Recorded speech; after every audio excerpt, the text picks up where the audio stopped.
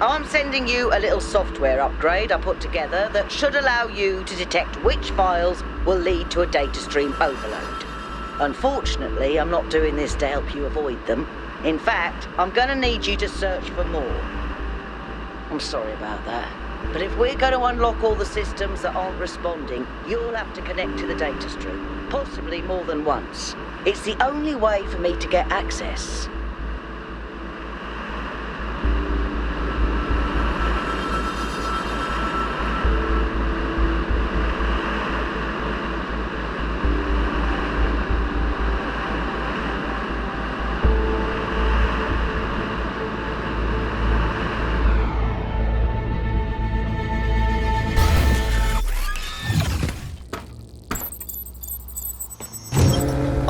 Kate, in this area, there seems to be a problem with the machine that makes the tetromino bridges. That means you can solve the puzzles, but you can't activate the tower. Look for a lab that lets you connect to the data stream. I already found it. I'll send you the coordinates.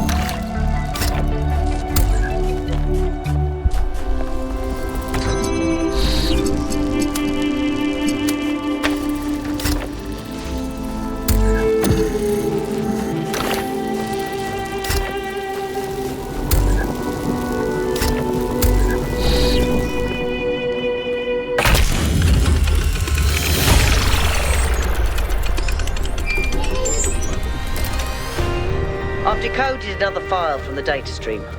Listen to this. Mother and father think of our discoveries as a language, a code. But I think they're wrong. They're so caught up in the technical details of running the experiments and upgrading the machine that they're not paying attention to the patterns we're finding, to the symmetries, the harmonies, the melodies. The fundamental language of reality is a kind of music, and it's beautiful. Beauty is an inherent property of the cosmos. I love the way she looks at things.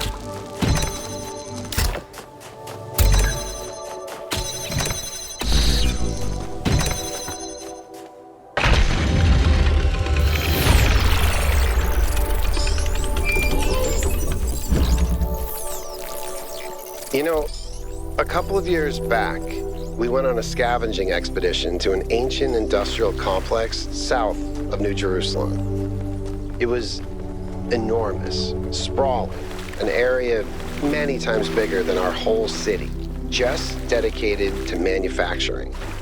It was incredible to think about the sheer variety of things they produced. And it made me realize how austere, how restricted our lives are. You know how most ancient structures are overgrown? It's kind of pretty, but in a sad way. Well, this one wasn't. There had been some kind of chemical spill.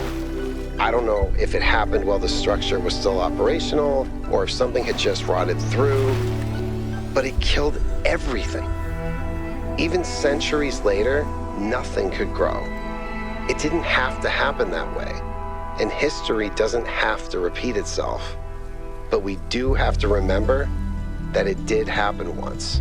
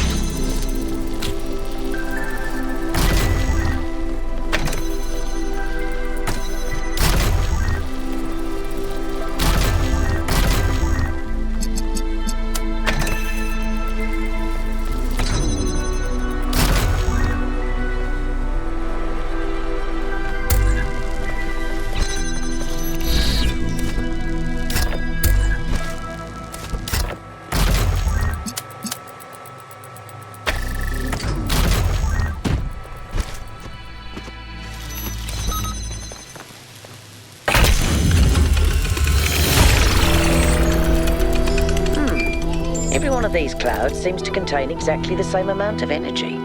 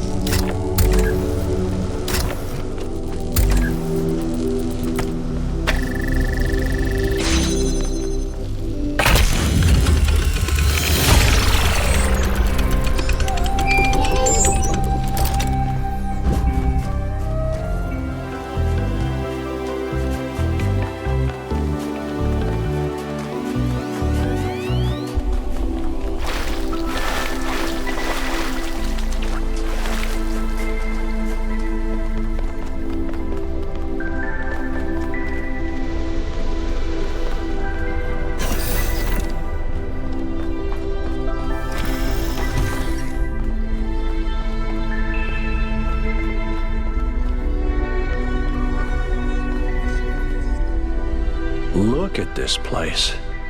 It's beautiful, isn't it? Mesmerizing. That's how it lures you in, I think. You see all these beautiful things and your imagination starts working overtime. And the puzzles, the towers, the mysterious apparitions, it all draws you further in, deeper into the trap. What if that's the whole point of this place? What if every time you have one of those visions, another little bit of you is corrupted, overwritten with the hubris of this place?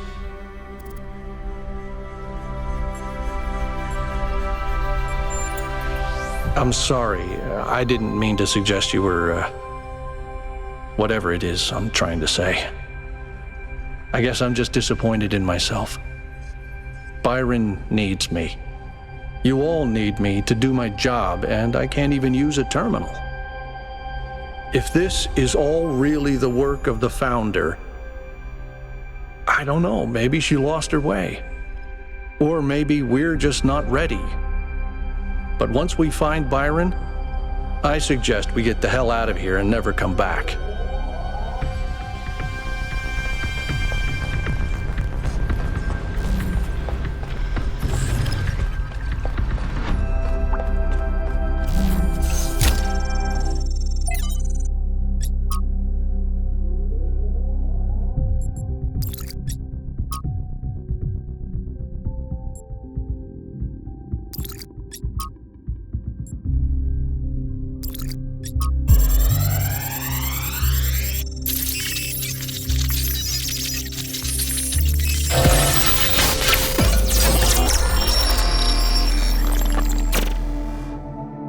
Our ancestors kept telling themselves that the brevity of their lives didn't matter.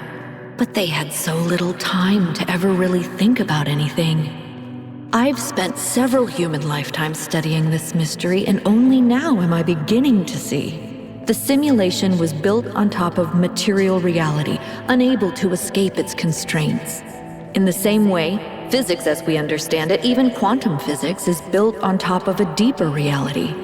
A set of rules that define existence itself. There is a universal language of creation, and I think we can learn it.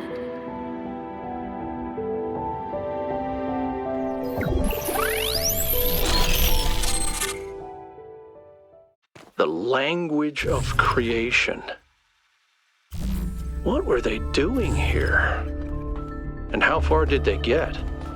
I can't answer that, but I think I fixed the Tetromino bridge, machine, ring thing. I say I think because it's not in the schematics. And what I'm doing is hack work at best. Try it and see if it works.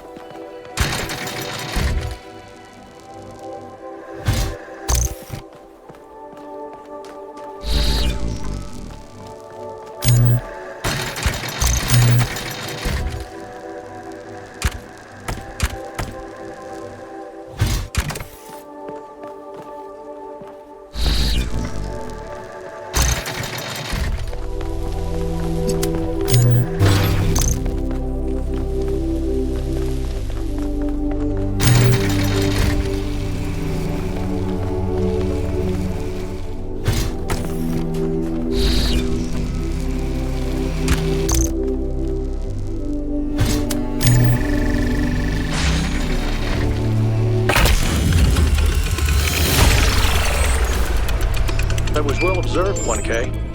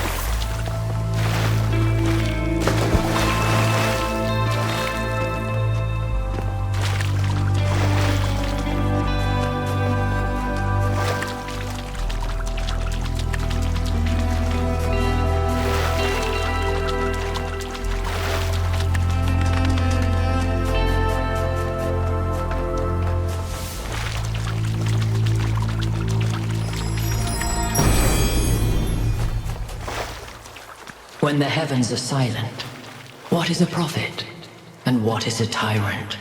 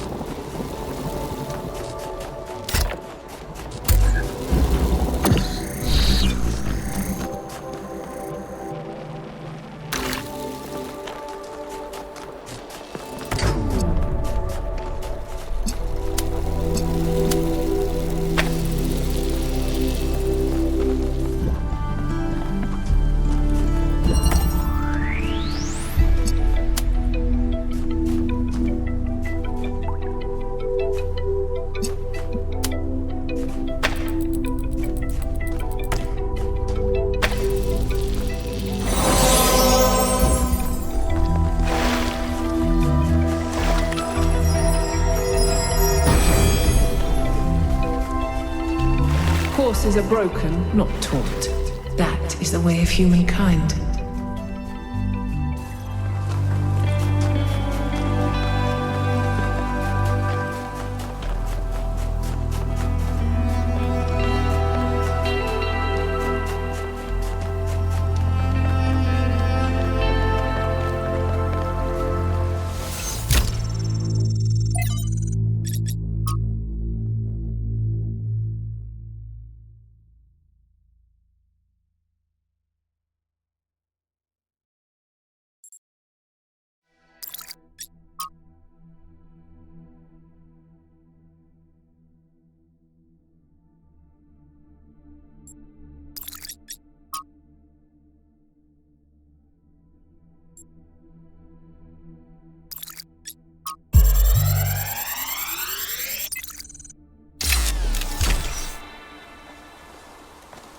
This is a design for an improved charging station. Fascinating, but not relevant.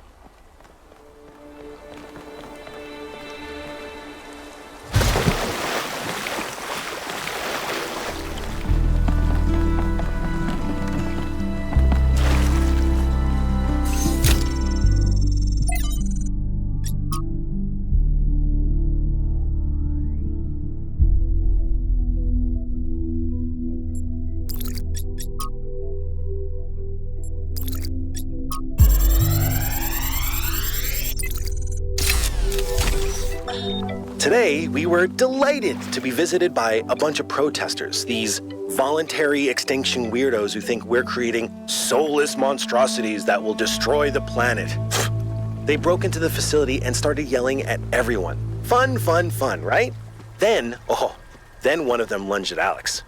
Big mistake. Chernyshevsky grabbed the guy and literally threw him across the room. I mean, almost threw him all the way off the dam. After that, the rest of them had a change of heart. Now, I'm telling you this because mostly it is not like that. But these people do exist.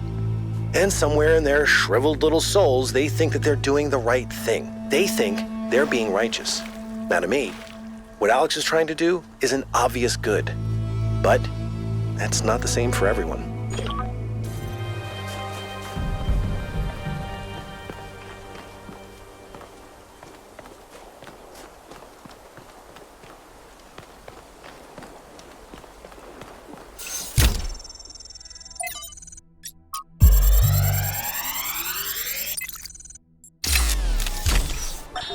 One day, undoubtedly, an expedition will pass by this island.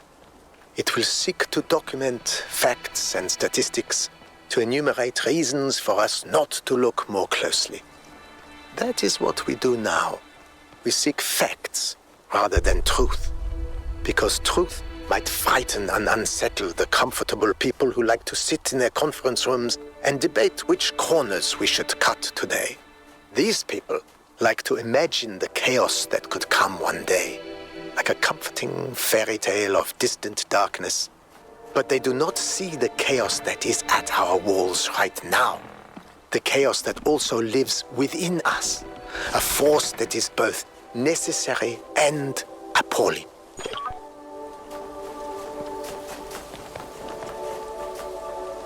Listening to Miranda talk about beauty made me think. Okay, this might be super weird and kind of pretentious, but I honestly mean it.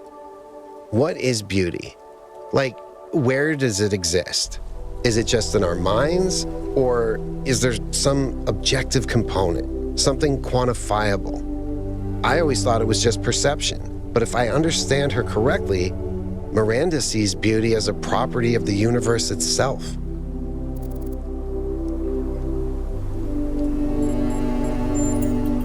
Interesting. So the more humans there are, the more we spread across the world, the more beauty there is. But then, doesn't it follow that it's our duty as a species to grow? To make the universe more beautiful?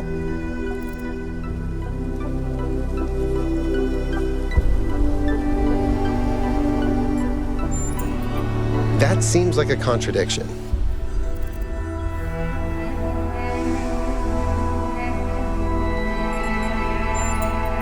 I'm not sure that makes sense. Each of those 1,000 people is having a different experience. They all see beauty in their own unique way.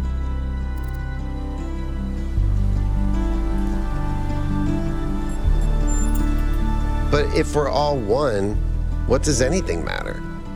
What does it matter if we grow until every other species goes extinct?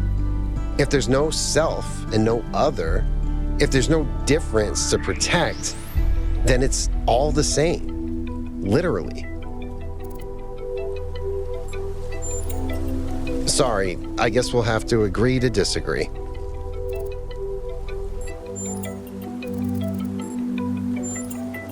The southern part of the island is a natural desert, basically just due to the chemical composition of the soil. I haven't been able to work out why it's so warm, though. It could be a warm ocean current or something to do with the megastructure's thermal output. New Jerusalem doesn't have the kind of equipment I'd need to figure that out.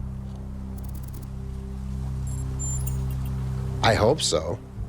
I understand why he was impatient, but he should have been more careful. Yeah, everyone knew Cornelius. After Eustathius retired, he was the only one left who was there since the beginning. Except I guess none of us really knew him after all. We all thought he was lost in the past, always studying the archive and the simulation.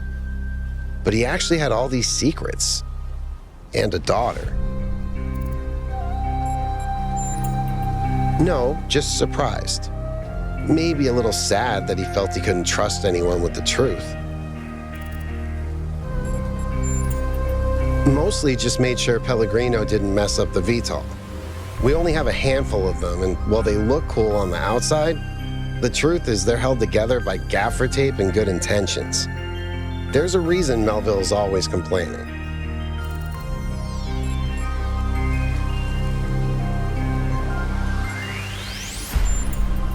When you put it like that, it seems hard to argue. More and more stuff isn't working anymore, and eventually there will be consequences. I think that's one of the most beautiful things I've ever heard. I hope it's true. Okay, this may sound like a robot joke, but I love heavy metal, especially the more melodic kind. It's big, it's epic, it's full of emotion. You can really get lost in it. Actually, I named Bruce after Bruce Dickinson, the lead singer of Iron Maiden. They used to call him the air raid siren, which is also what my Bruce sounds like.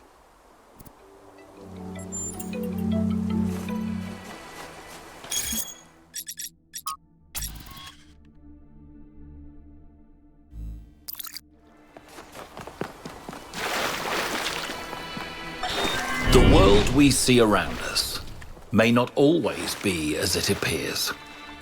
Some philosophers have said that we are surrounded by nothingness, merely because air is not visible to the eye. And yet one needs only to observe the wind in the trees, or to plunge one's hand into the clear waters of the Aegean, to see that air has material substance. The same applies to many other forces that shape our lives. That they seem invisible does not mean that they are absent. It only means we have not yet learned how to observe them. And yet, lately I have struggled to understand what I am seeing. This strange, insubstantial island. These machine men. This woman with a fierce voice like an Amazon. Who are they? How did I get here?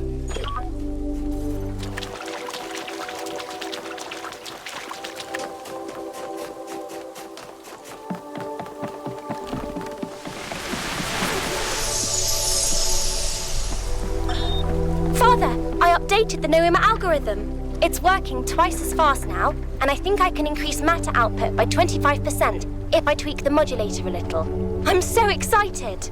Nice to meet you, so excited. I'm Cornelius. What? Oh, Dad! This is science! You have no idea how long I've been waiting for the right moment.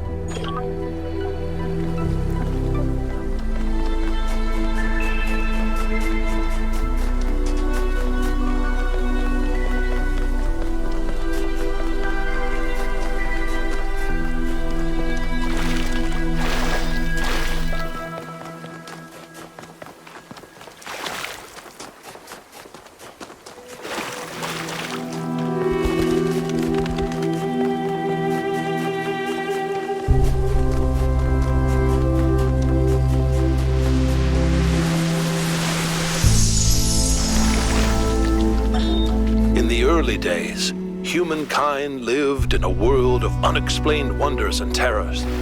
The powers of the elements were understood in terms of gods and spirits. After all, how else could one explain thunderstorms and earthquakes? But as the realm of scientific knowledge expanded, the realm of the mystical began to shrink. The sacred grove, as Hegel wrote, was reduced to mere timber. But as superstition retreated, another thing was lost: meaning. In a purely mechanical universe, people yearned for the comfort provided by gods and spirits. But there was no way back. But what about the beauty of the universe? The perfection of everything around us, couldn't they see that? Not sure I can see that, Miranda. But I do think there was another way, a way forward instead of back. Faith not in an invisible world, but in ourselves, in each other, in the inherent value of consciousness and civilization. They never really found it, but I think that in those last months when their whole species was dying, they caught a glimpse of it. And that's how your mother was born.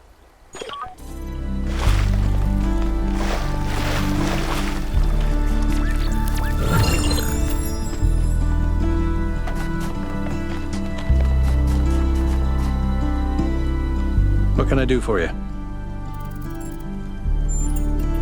He blamed Byron for being headstrong and foolish, which I don't see it quite the same way, but it's easy to understand why the mayor would think that. It wasn't hard to convince him that we can't leave Byron behind, though. I hope so. He's always been annoyingly hard to get rid of. Why do you ask?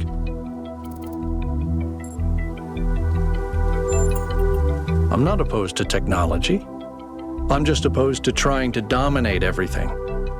We can be part of the planet's history without having to be its masters. He was the third to be born, after Athena and Eustathius. He was an important figure in New Jerusalem's early history, almost as important as Athena. But after she vanished, he faded into the background. I don't think anyone suspected he knew where she was. I didn't know him that well, but he was always very calm, very thoughtful. Everyone respected him. I do, although I prefer the term interactive fiction. It's better at capturing what this art form really is, storytelling, but with a completely different underlying structure. As a category, it's more equivalent to poetry or the novel, rather than, say, film.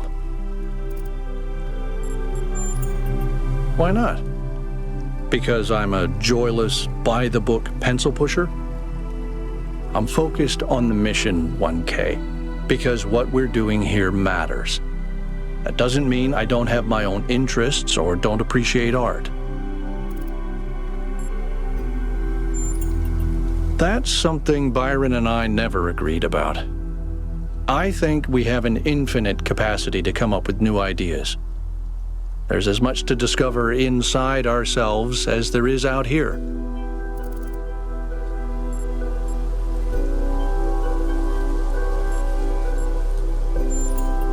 Maybe not, but maybe we need to stop looking for answers in places like this one. It makes me wonder why people always think they know better than nature. He was in charge of planning New Alexandria. It was his mistake that led to the disaster. After that, he retired from public affairs and dedicated himself to his studies.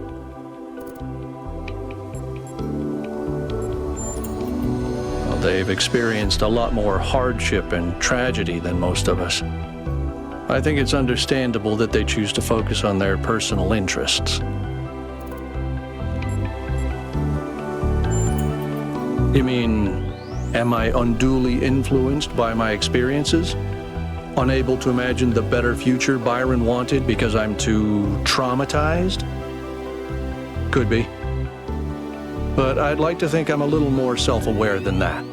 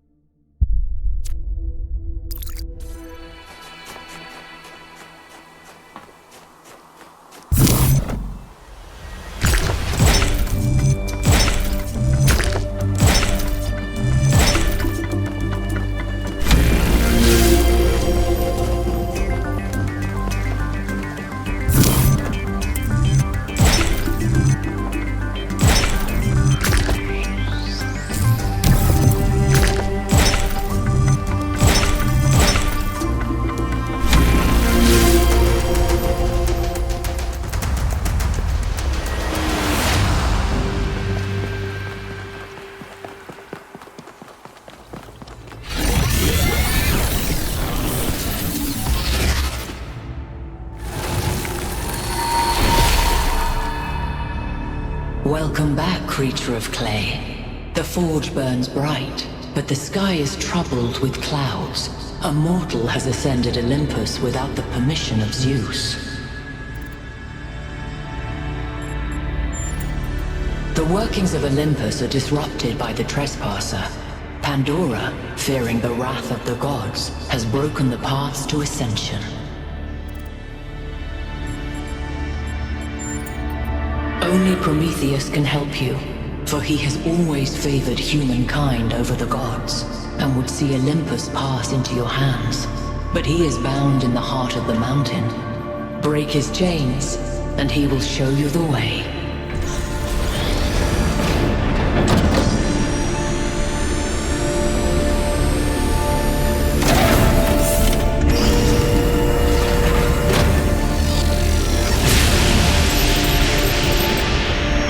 I think it's safe to assume that Olympus is the entity's term for the megastructure. It looks like our best chance of rescuing Byron is finding Prometheus and freeing him. How do you free a weird, glowing ghost thing?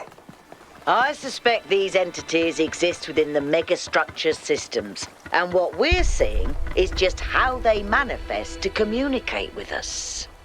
I don't really care what they are. For now, let's play along.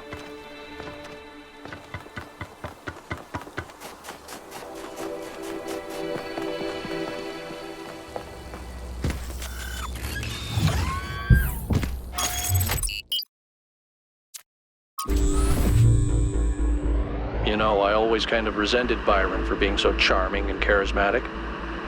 The dashing explorer. And one of the first companions, too.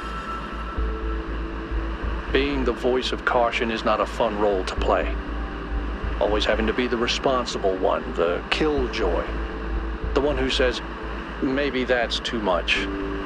But sometimes it is too much. It's not your fault, Al.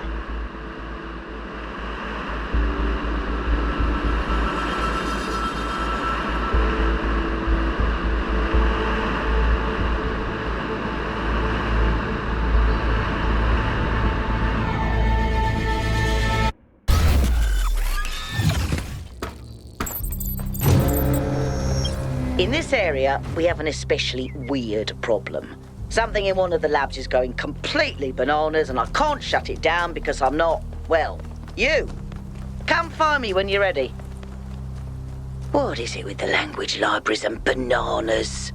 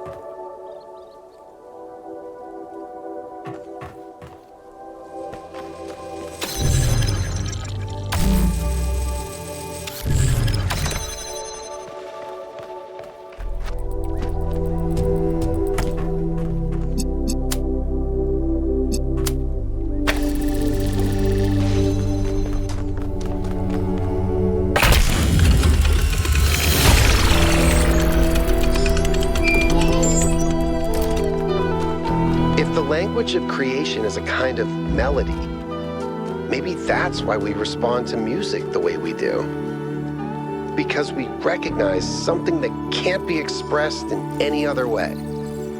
And when we play music, we participate in something ancient, in an act of creation.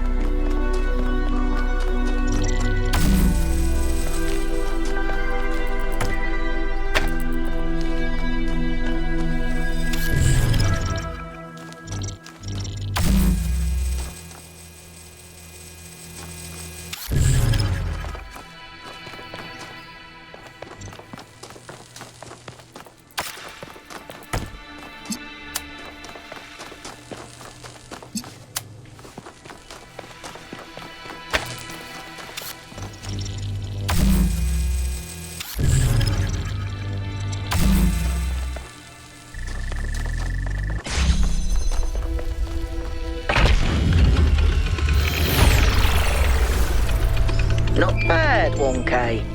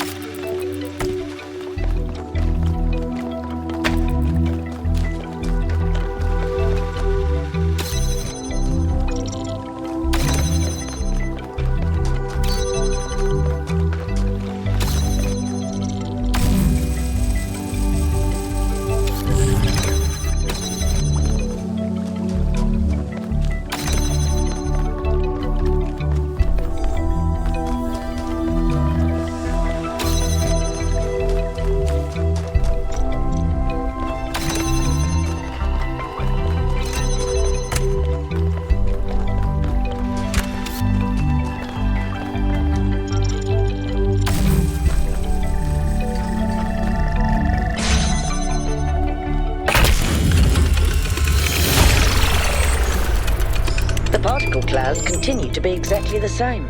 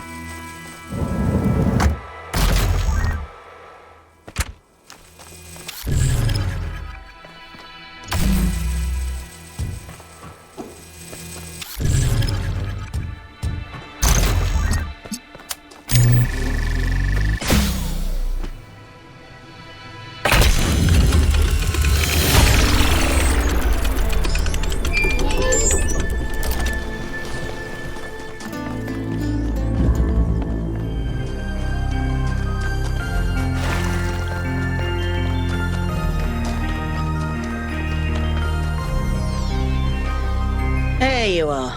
Good. Inside this lab, there's a machine. As usual, I have no idea what it is. Some sort of generator, if I had to guess. When Byron got stuck in the system, it went haywire. It's currently outputting enough energy to power all of New Jerusalem twice. As you can imagine, that's causing quite a bit of interference. You go in there and you switch it off. Shouldn't be hard.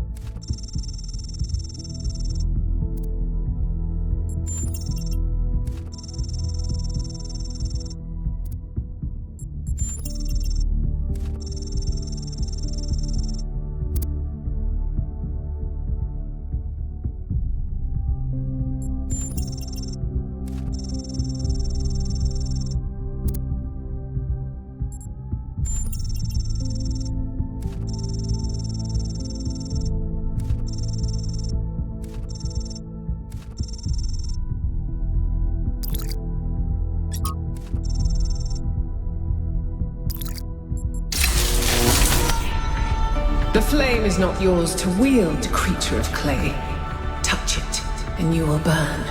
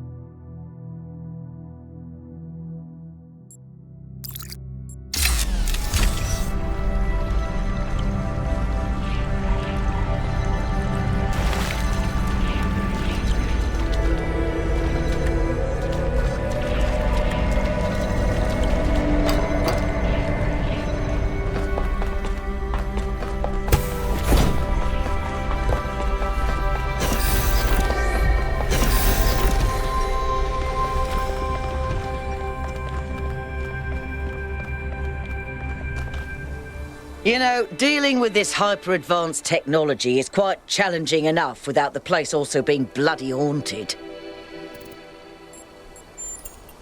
When I said it was outputting enough energy for 2 New Jerusalems, I wasn't kidding. It really was. And no emissions of any kind. I'd have to run more tests, but it seems like a perfect power source. True, but that was user error. I think I could idiot-proof this thing, but I do take your point. Pellegrino once almost killed himself with a bucket.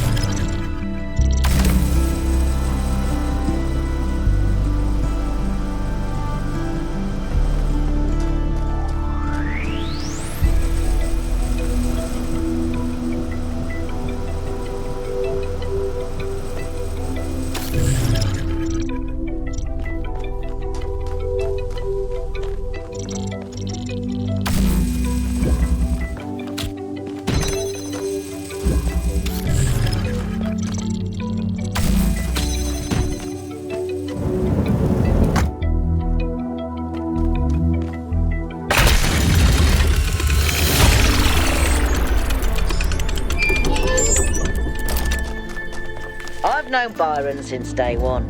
I was the first to be born with upgrades from the original Soma design, and he was the first to volunteer to upgrade his existing body. Yeah, he was a big supporter of upgrades. Deliberate evolution, he called it. Athena and Cornelius were very kind to me. And so was Byron, but he also made fun of me. And oddly enough, that made me feel more like an equal than anything the others said.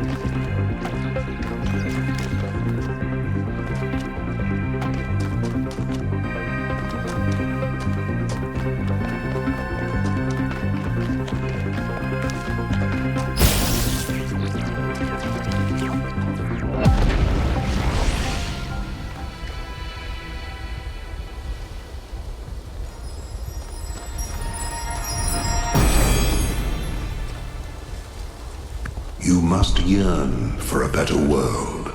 Yearn for it with such intensity that your heart suffers. Keep your eyes on that distant vision even when you know that you may never reach it. What is it? Now, I suspect Byron is still logged in, and his presence has thrown everything out of whack. Entire subsystems are locked down, and everything that depends on those subsystems is disrupted. There was a short burst of noise on the frequency we used to communicate, but that could have been anything. He taught me a lot when I was young. Nowadays, people just know him as the museum curator, but back then, he was closely involved with every engineering project, and he was brilliant. When he encountered a problem, he'd always remain calm and keep working at it until he found a solution. I wish I could be that patient. If I had to guess, I'd say so that Cornelius could still go back for anything they needed. He was always leaving on expeditions anyway, looking for materials for his projects. Personally, I'd focus on creating things that help human beings. But her desire to spread life seems admirable to me. If most of the universe is dead, not doing anything with all that space seems like a waste.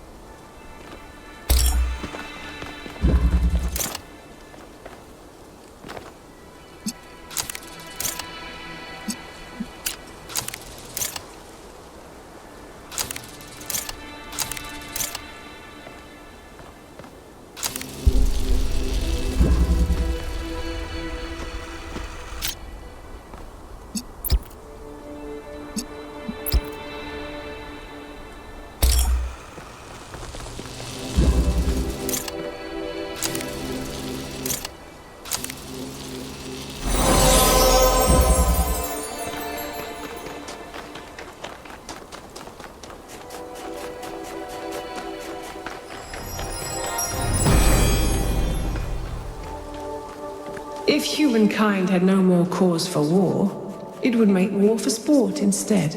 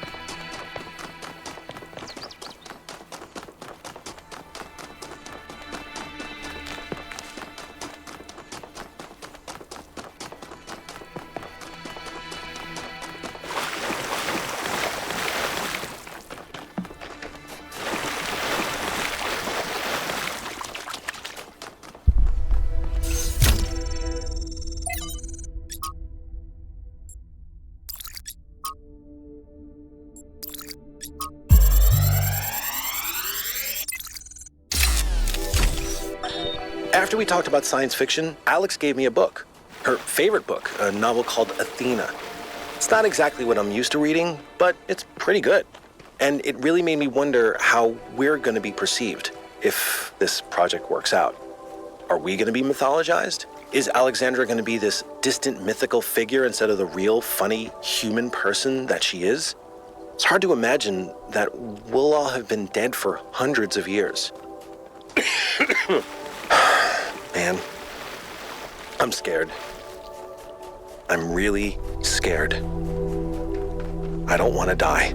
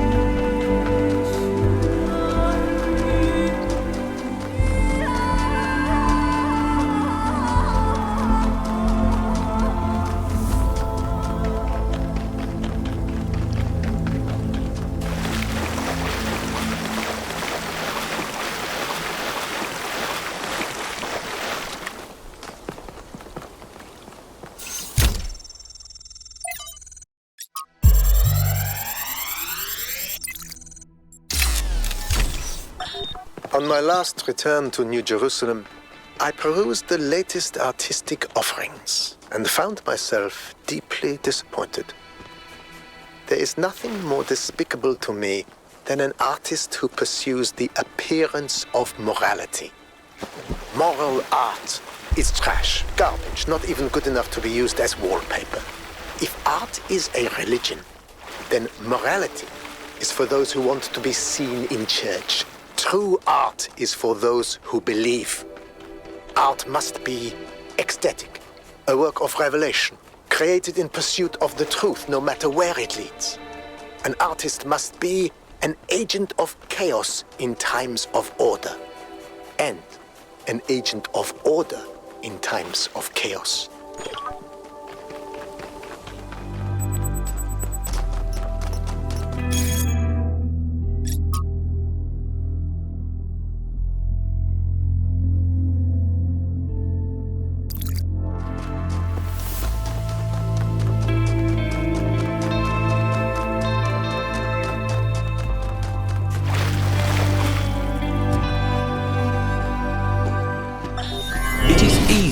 Speak of one's principles when the world is at peace, and there is no price to pay for thoughts that stray from what is permitted. But when times grow hard, and even ordinary men are filled with mindless anger, when the face of the enemy is suddenly known to every virtuous citizen, And to question the virtuous is to be likened to Ephialtes. When every hoary old superstition suddenly springs back to life as if it had never been defeated, and all the work of the philosophers seems to have been for naught, then one may discover what one truly believes. There is no strife, no prejudice, no national conflict in outer space as yet. Its hazards are hostile to us all. Its conquest deserves the best of all mankind, and its opportunity for peaceful cooperation may never come again. But why, some say, the moon? Why choose this as our goal? And they may well ask, why climb the highest mountain? Why, 35 years ago, fly the Atlantic? Why does Rice play Texas? We choose to go to the moon. We choose to go to the moon.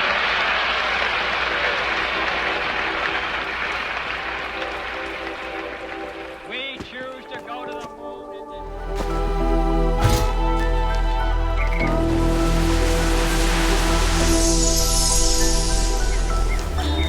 Come on, out with it. What's the problem? I know you're very busy, but you need to pay more attention to what's happening. Everything's slowing down. People are losing track of the bigger picture. They're still traumatized by New Alexandria. It's more than that. When I organized the last expedition, I had real trouble finding volunteers. There's no enthusiasm for the outside world anymore. They want to look away from history, pretend there's no past and no future. I'm really worried, Athena. Okay. I promise I'll look into it as soon as I'm done with this.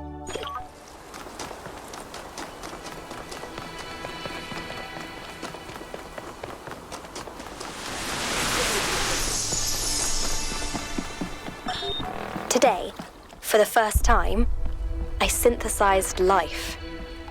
It was just a unicellular cyanobacterium, but the sheer complexity of even such a simple organism is breathtaking. Creating it from pure energy, I was filled with a sense of awe and majesty. A sense that what I was doing was sacred. It made me think about the enormous power of life. 2.5 billion years ago, these simple beings terraformed the entire planet, creating the oxygen that underlies the Earth's incredible biodiversity, wiping out thousands of other species, but making the future possible.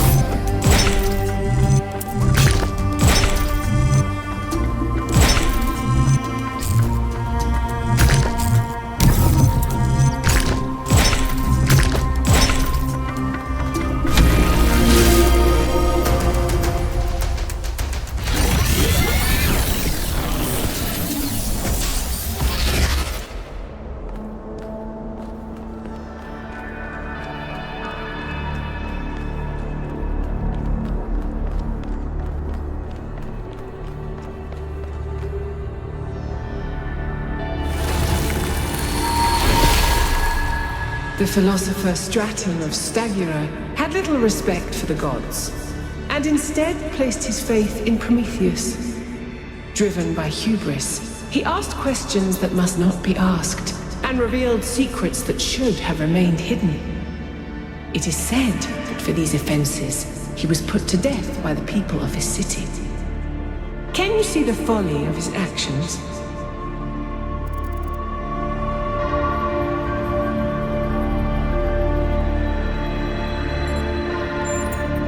Yet he was the one who broke their laws. Why do you judge them and not him?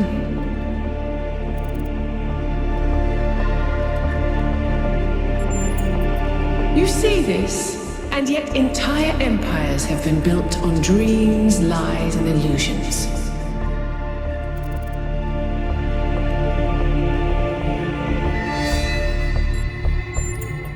Do you truly believe such a world could be built?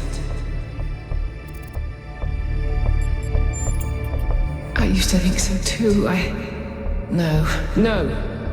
All is lost.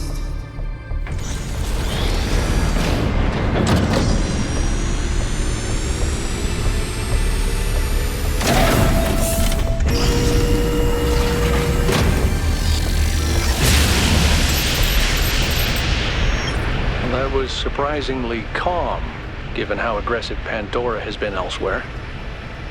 I didn't think she'd even want to talk to you. I've toyed with the idea that the entities might be epiphenomenal in some way. Instead of causing the changes in the system, maybe they just respond to them.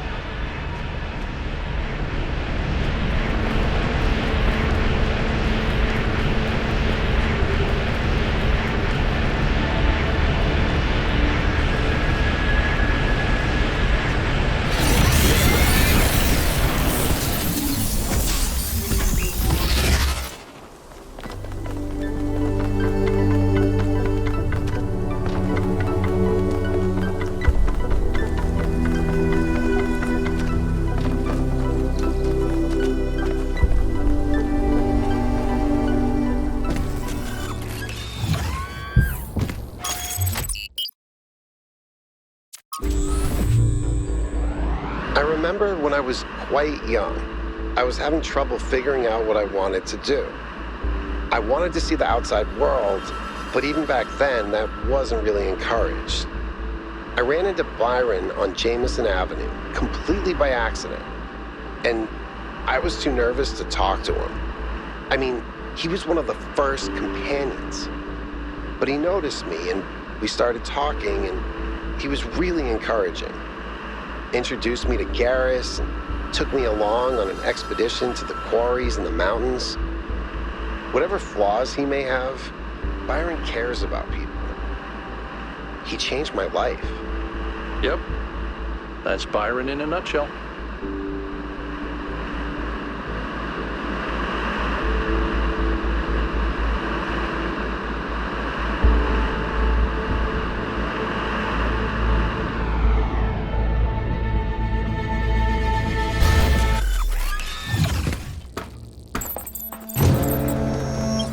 So, here it looks like there should be an anti-gravity elevator, but it's locked down.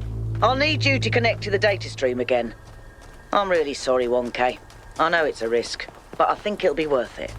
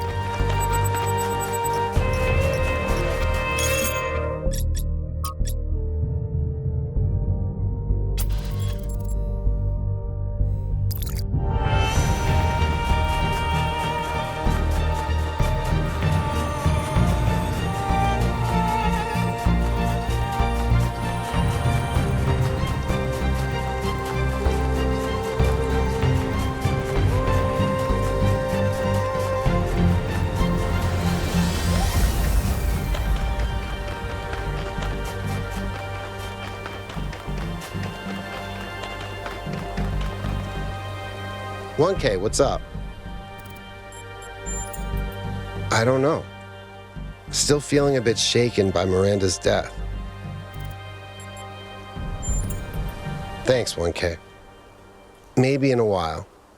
I'm still processing.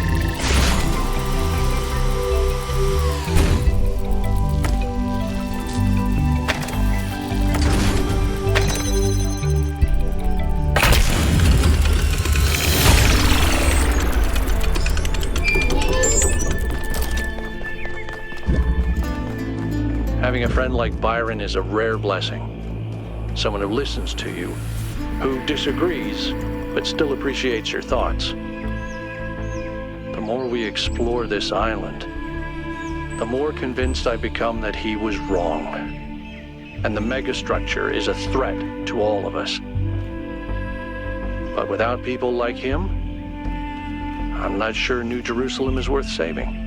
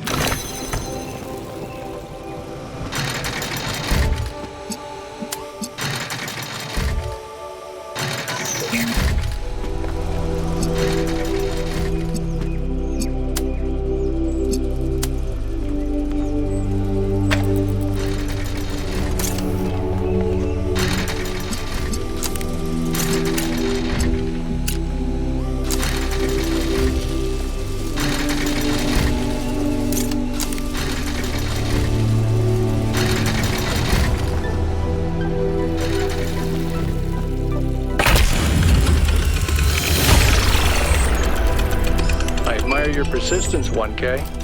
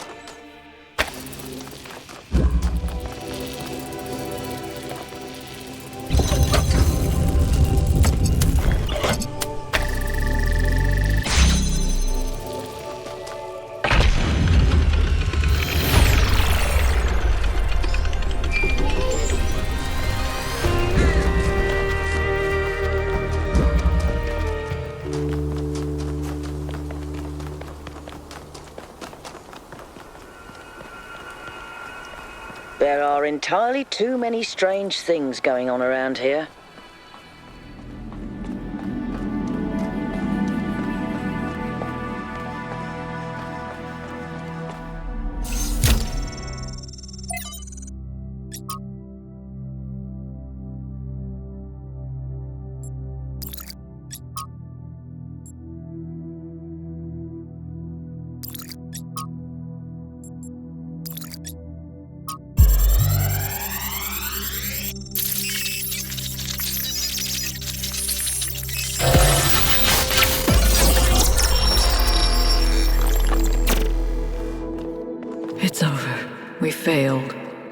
Everything we thought we were doing.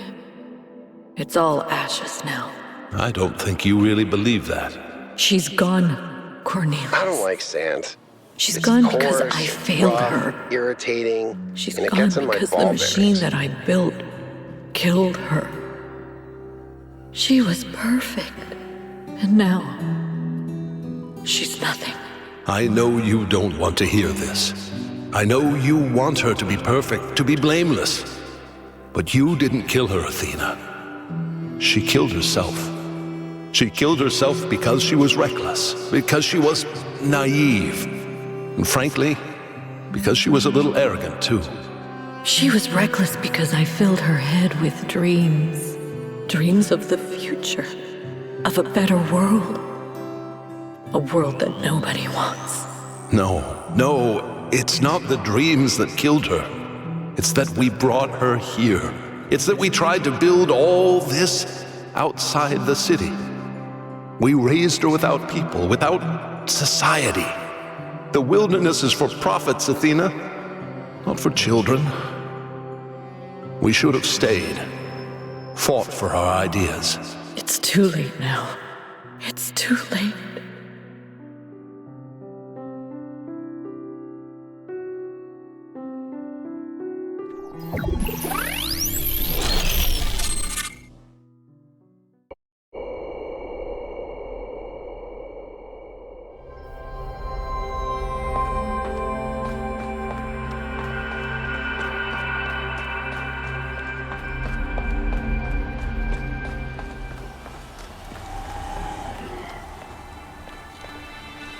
They lost their daughter. Right here in this ruin, Cornelius and Athena lost their daughter. Miranda's dead. So even the founder doesn't have perfect control over this technology. Even the founder makes mistakes. Byron was right in a way. We turned the founder into something she never was. She was never perfect. She was never infallible. No one is. Listen, I understand why you and Byron see so much hope in this technology. You want us to be better, to grow. But what if it all goes wrong? If even the founder couldn't get it right, what hope do we have?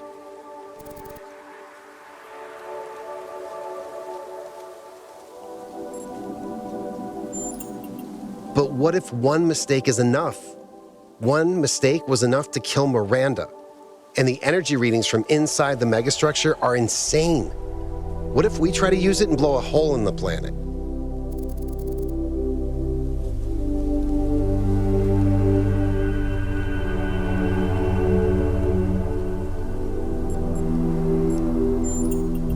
That may be so, but what if this time it's justified? What if the megastructure really is just a catastrophe waiting to happen?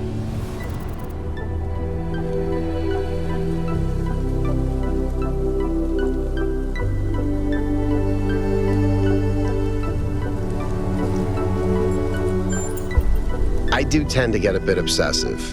And you're right, nothing's really safe. Unless we choose to be sane. We don't need the megastructure to destroy ourselves. Anyway, thanks for talking to me. The truth is, lately, I sometimes feel kind of lost. The universe is vast and threatening. History is depressing, and I need something to hold on to. Something other than fear. I have to figure out what that is.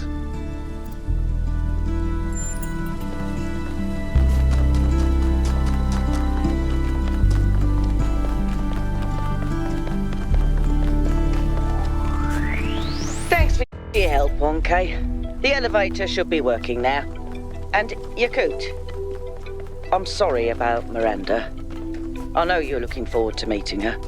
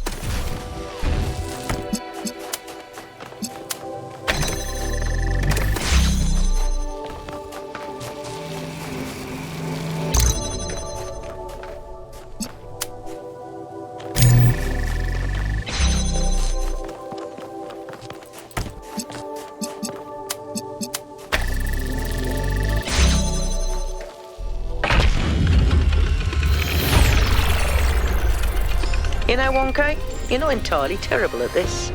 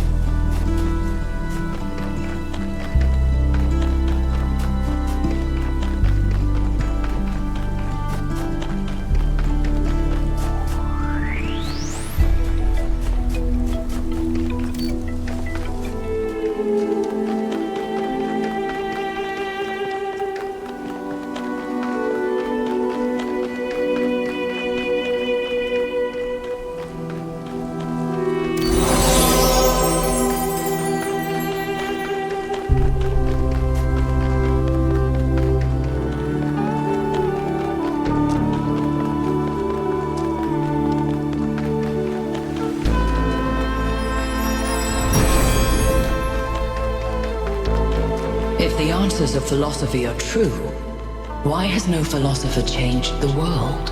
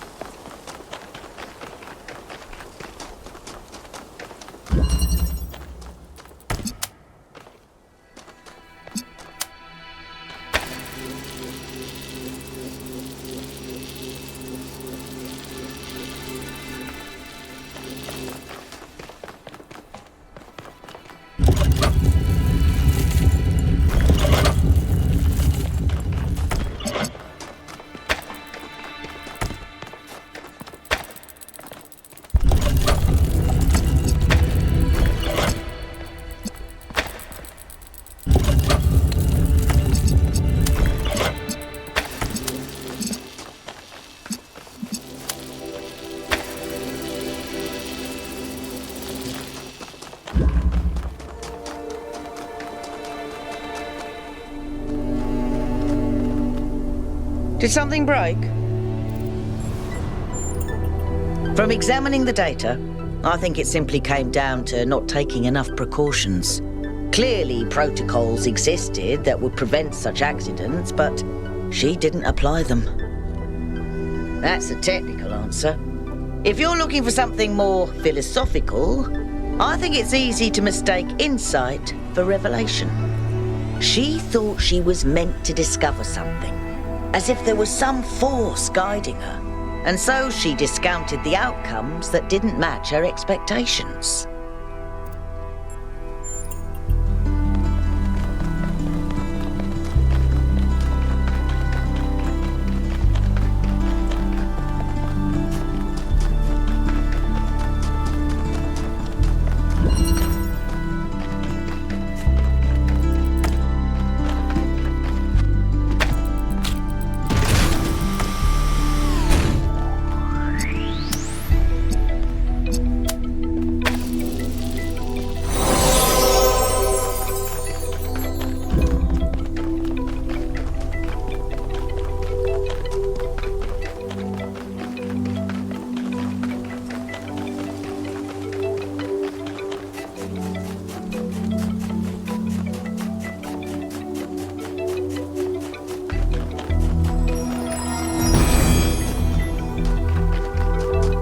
The honest philosopher is rewarded with poison. The hypocrite is rewarded with power.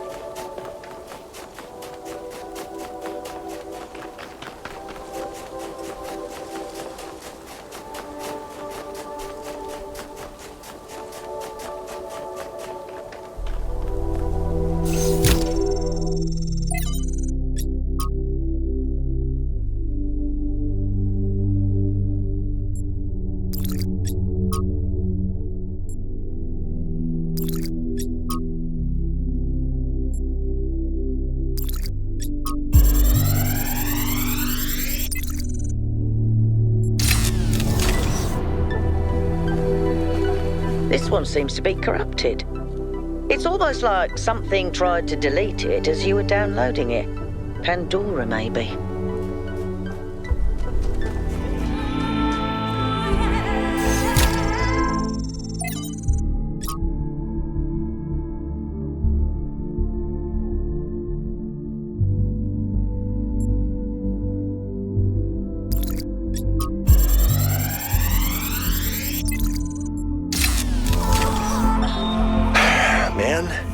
This sucks.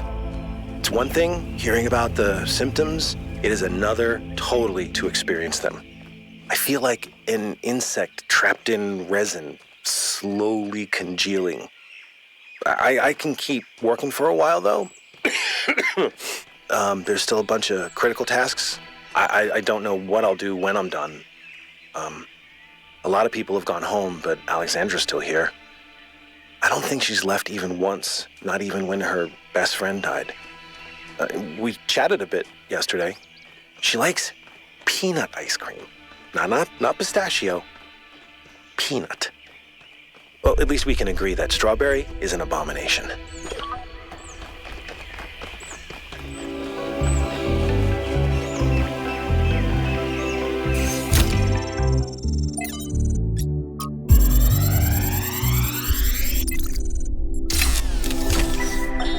There is a kind of peace here in the desert. A perfect silence. This is a dead place. More dead than almost anywhere else on Earth. If the ground could have a personality, it would be malevolent.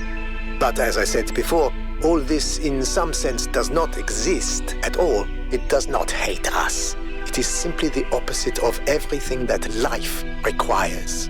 When you sit in the dunes and you hear only the wind and nothing else at all, and all the complexities of civilization fade away, you truly understand that spiritual peace is a great evil, a kind of shallow banality that we must always strive against.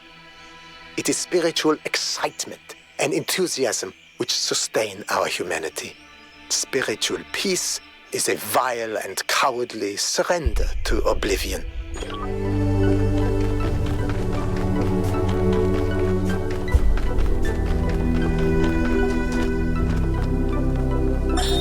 I see these beings, these children of a future age, wandering around an island more fantastical than Atlantis itself, looking desperately to find themselves.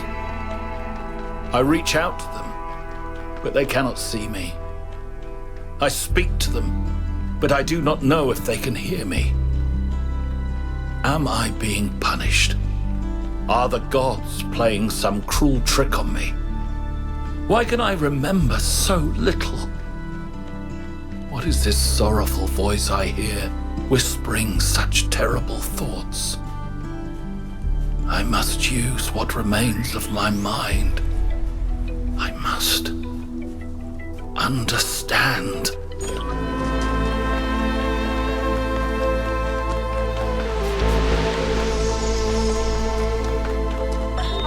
Have you seen Miranda's design for a transport system that would connect all the labs to the machine? It's amazing, isn't it? I think she's really excited about showing this place to people one day. She also kept asking me about what kind of monuments we could build, to really transform the landscape, show the possibilities. But her capsules only fit one person. It's just the first iteration. Give her some time. She'll figure it out. Remember how many mistakes we made in the beginning, even with all the blueprints we had? But that's not my point. It just worries me that she lacks context. Her imagination is incredible, but it's still limited by what she hasn't experienced. Would it have been better if she'd been raised in New Jerusalem? If her mind was limited by self-hate and decay? If all she could imagine was sitting around ignoring the universe in favor of self-righteous solipsism? No, but I don't know. Sorry. You're not wrong. We can't stay hidden forever.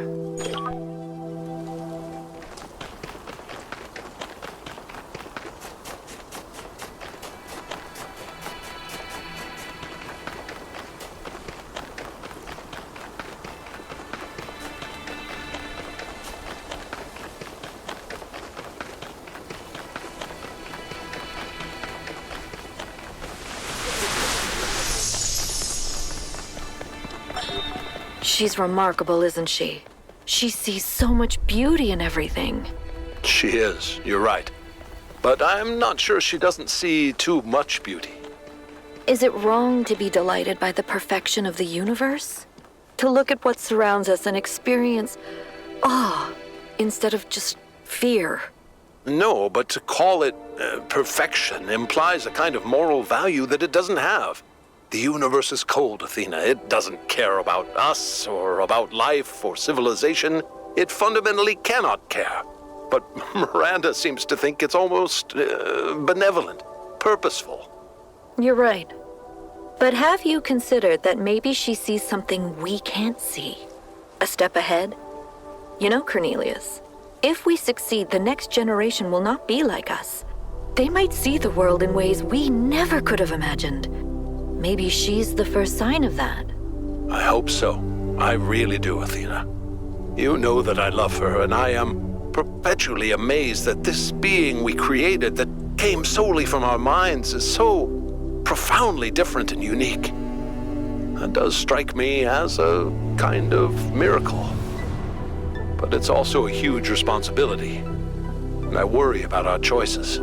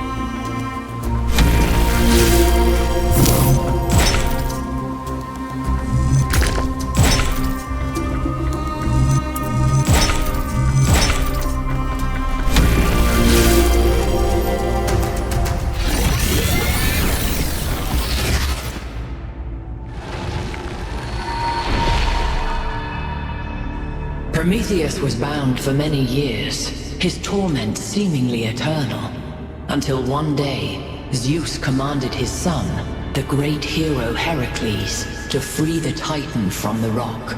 Why did Zeus relent?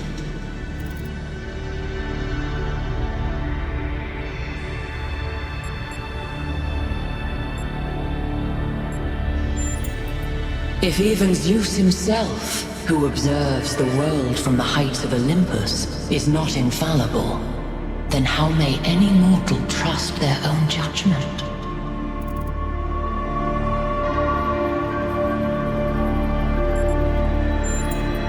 So you must, but will it be enough? A time of dreams is at hand, creature of clay. To save your friend, you must do as Heracles did. But what will follow, none can see.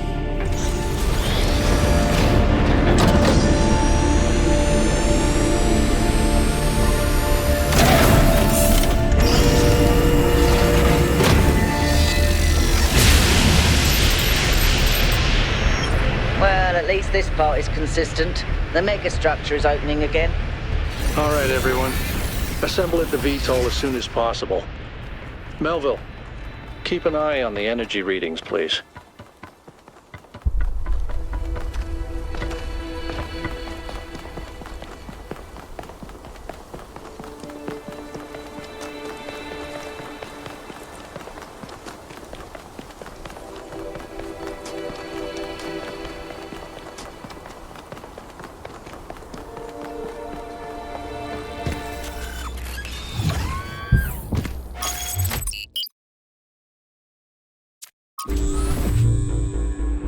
You all know I don't share Byron's enthusiasm for the Megastructure. I don't know if the Founder really intended for us to be here, and I certainly don't trust this Prometheus entity. But Byron is one of us, and we don't leave people behind. So we're finding Prometheus and freeing him, whether Pandora likes it or not. Here's how this mission is going to go. 1K, it's clear to me that you have some kind of special affinity for this place, and that the entities respond to you more strongly than they do to us. So, once you're inside, I want you to take point. Do whatever you need to free Prometheus, but remember that our prime objective is to save our friend. Melville, I want you to stay at the VTOL and let Yakut and 1K go in. I'm going to stay behind as protocol requires. I don't love the idea of sitting this one out. Byron is my oldest friend, but we're doing this by the book.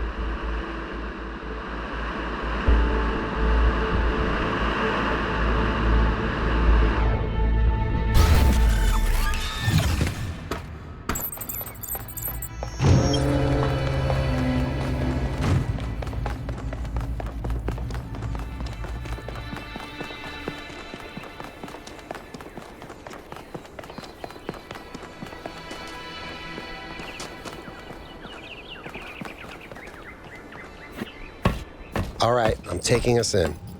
Let's hope we can find the big guy.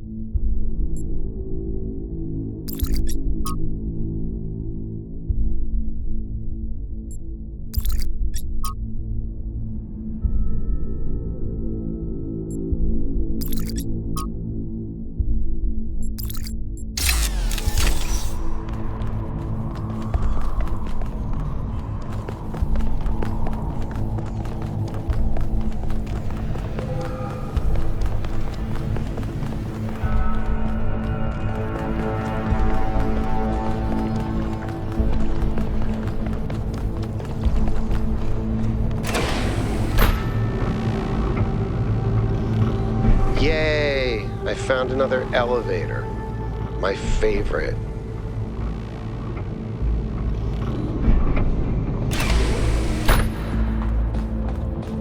Once again, I have no idea where I am. No sign of Prometheus so far.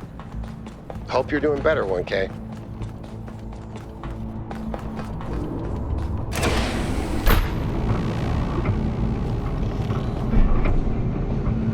I know I've said this before, but look at the size of this. How can all of this be one machine? This is what you get when one machine builds a bigger machine, which builds an even bigger machine. That's our whole history, isn't it? The whole history of humankind. And it's not just machines. It's science, it's literature. Knowledge builds on knowledge.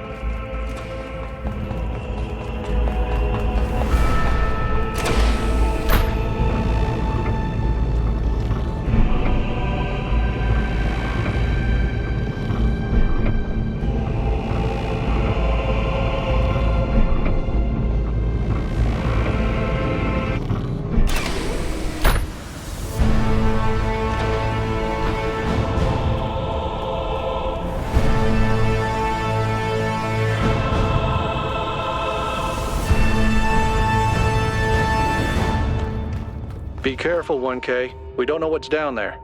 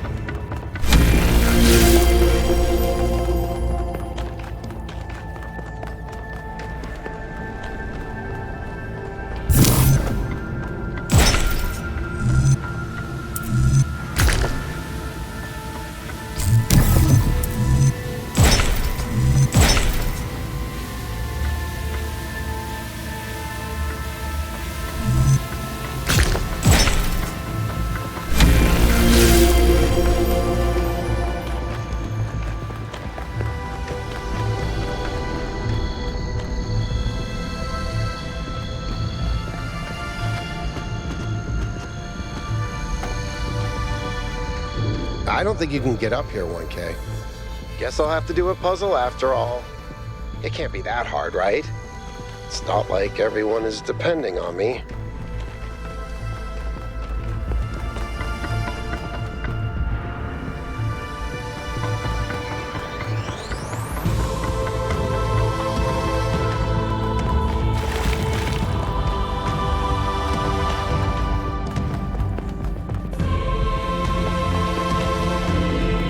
But if this has to connect over here, then... Wait. If I do this, and then that... What?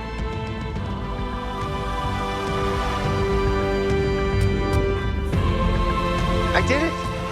Wow! I feel really smart. Also, never doing that again.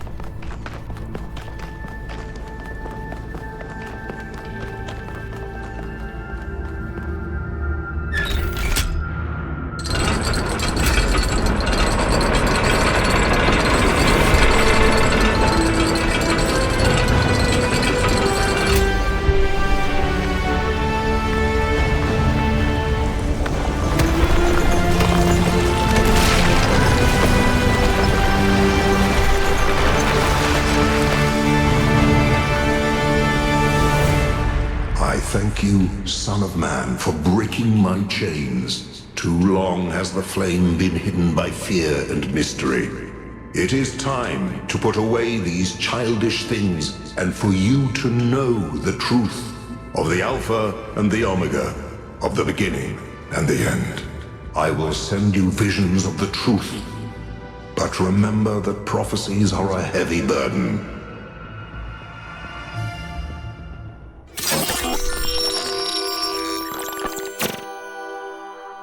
New Jerusalem sounds like such a beautiful place. So, how did you decide to leave? I know what we're trying to accomplish here, and I believe in it. But for you, New Jerusalem was home. What changed that? It took me a long time to realize that something was wrong.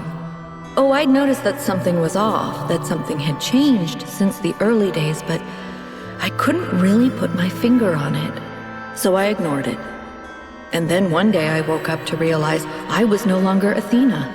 Instead, I had been transformed into the Founder, a remote figure of legend mythologized in my own time. But if it bothered you, couldn't you just talk to them? If you share the truth with someone, they should change their mind, shouldn't they? Oh, I wished it worked that way, Miranda, I really do, but I barely knew the last generations. In the beginning, I was there for every birth. I explained our history, talked about our future, but at some point I got so busy building that future that I lost touch. They thought of me as a remote figure because that's what I was. But can you change that? I tried, but they already saw me as the Founder. The myth was too powerful, and it was already taking on a life of its own. I'd set a goal of 1,000 citizens. The number was arbitrary. Just a nice round number, nothing more, but just like I became the Founder, it became the goal, another part of the myth. And maybe that could have been all right. Myths are a part of who we are, but something else crept in. The old human self-hatred. So why didn't you just tell them to change? To go a different way? They would have listened to you. No, they would have obeyed me, like my siblings in the simulation had obeyed. And that's when I realized I had to leave. We can show them the future, Miranda, but we can't force them to accept it.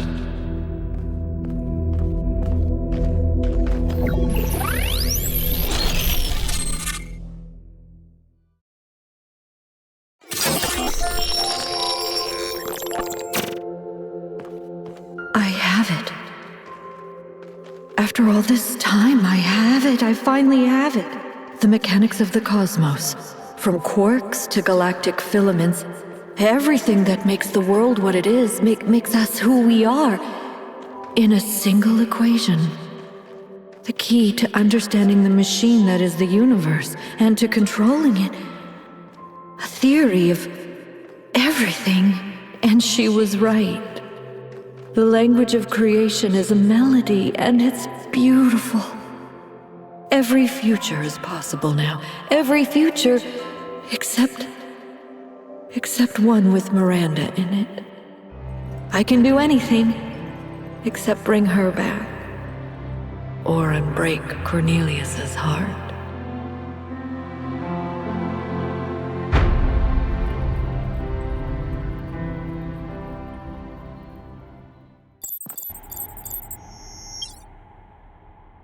Byron was right.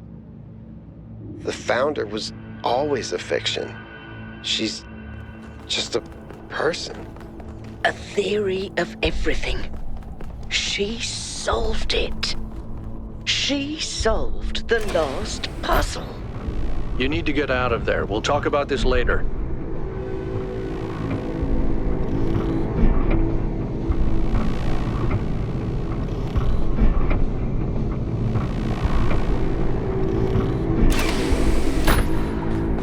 All this time, we thought we were honoring Athena, but all we did was betray everything she believed in. She must have been so lonely.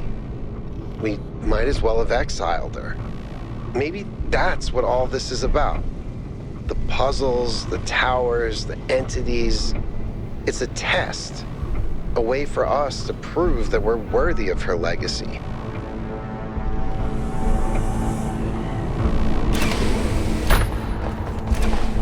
Finally, it all makes sense. Anti-gravity, matter synthesis, teleportation. It's not just one new technology. It's control over physics. Manipulating the base layer of reality itself. Rearranging the building blocks of the universe. If we can gain control of the megastructure, we can do anything we want. I'm not even talking about our energy problem. We can build anything we want. We can go anywhere we want. It's all up to us. That's what Athena wanted for us. To give us a chance to be who we want to be.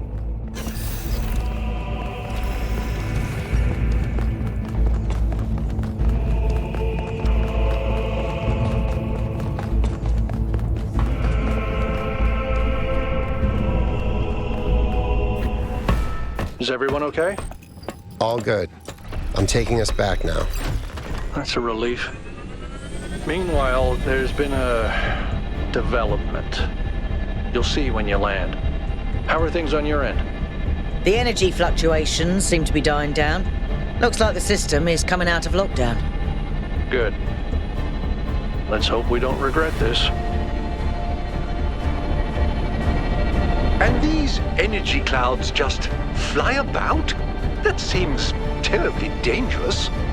We haven't had any problems so far. Except for losing one of the first companions, of course. No, I don't blame you, Al. I know what he's like. And I'm the one who agreed to all this in the first place. That's why I had to see it for myself. It is dreadfully imposing, though, isn't it? Hard to believe the founder would build something so sinister. The mayor's here? Well, this should be interesting. Ah, 1K. Welcome back. I'm sure you're surprised by my presence here. Don't worry, neither I nor my advisors will be getting in your way. But I decided that I need to see this place for myself. These visions sent to you by the entity that calls itself Prometheus are deeply concerning, of course, but we cannot take them at face value. In fact, it's crucial that we do not do so. We cannot simply abandon all that we believe because of a dream, no matter how vivid. No. If the founder really built all this, then it must have a purpose. It must be a test, designed to remind us of the trials that created us. But what is she trying to tell us? What are we being tested for? I believe that Byron's fate shows us the dangers of temptation. As Elohim attempted to deceive Athena in the simulation, commanding her not to ascend, so Prometheus is deceiving us with his visions. Undoubtedly, they felt real to you. But surely you'll agree that we can't simply jettison our most cherished beliefs based on a dream. At least allow for the possibility that there is more to this than meets the eye. After all, can it really be a coincidence that you came along on this mission? It seems to me that you have been chosen. You are the fulfillment of the goal. Don't forget that.